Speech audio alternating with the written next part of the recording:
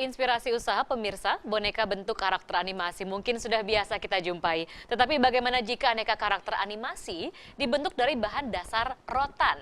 Ya, di tangan ibu muda di Muara Karang, Jakarta Utara, batang rotan disulap jadi berbagai bentuk yang menarik, mulai dari tokoh animasi hingga hewan-hewan yang menggemaskan. Kita simak liputannya.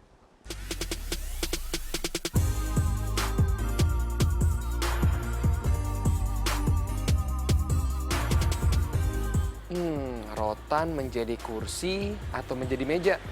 Sudah biasa. Saya punya sesuatu yang beda. Rotan dibentuk menjadi aneka tokoh karakter animasi dengan berbagai warna. Kira-kira seperti apa ya jadinya? Yuk lihat ke tempatnya.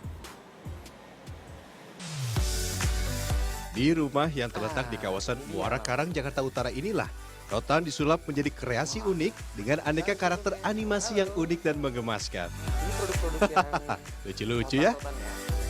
Ada si kecil peri, Santa Claus, si gagah burung hantu, si imut panda, hingga si gajah raksasa yang memiliki tinggi 1,5 meter.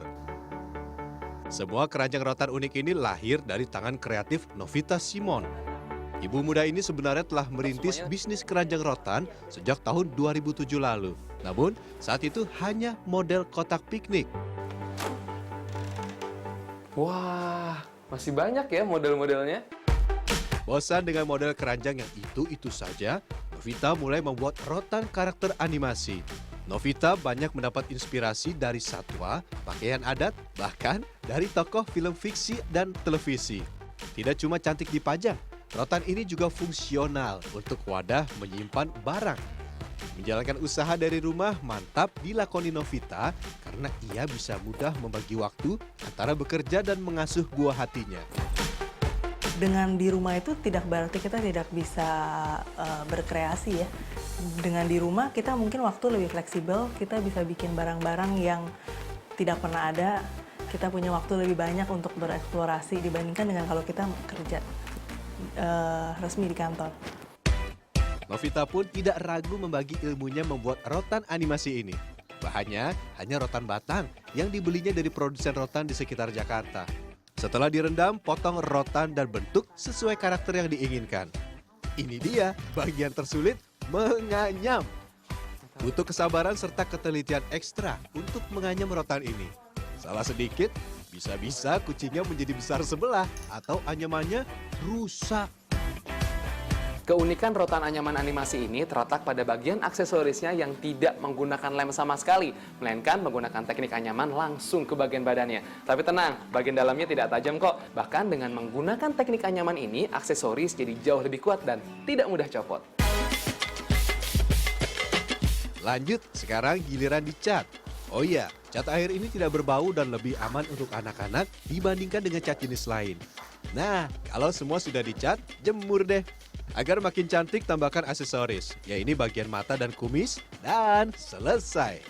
Selama 2 tahun membuat produk rotan anyaman animasi ini, Novita telah mengkreasikan 30 model keranjang rotan.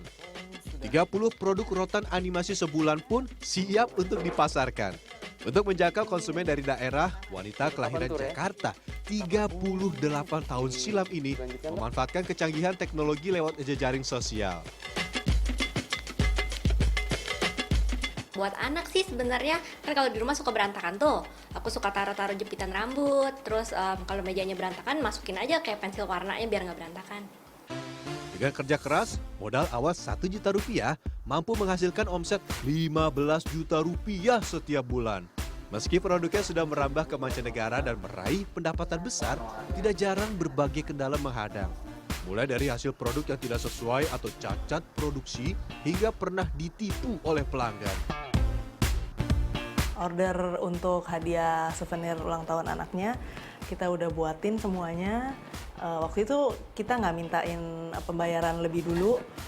Pada saat hari H, dia janji mau ambil, kita hubungi udah nggak bisa. Waktu itu sih sekitar 20 piece. Ruginya mungkin kurang lebih 2 jutaan ya. Ya, meski begitu Novita tidak pernah patah semangat untuk berkreasi. Dan yang penting, ia tetap bisa memberikan rezeki pada orang di sekitarnya. Rian Fernando, Arif Yunan, Jakarta.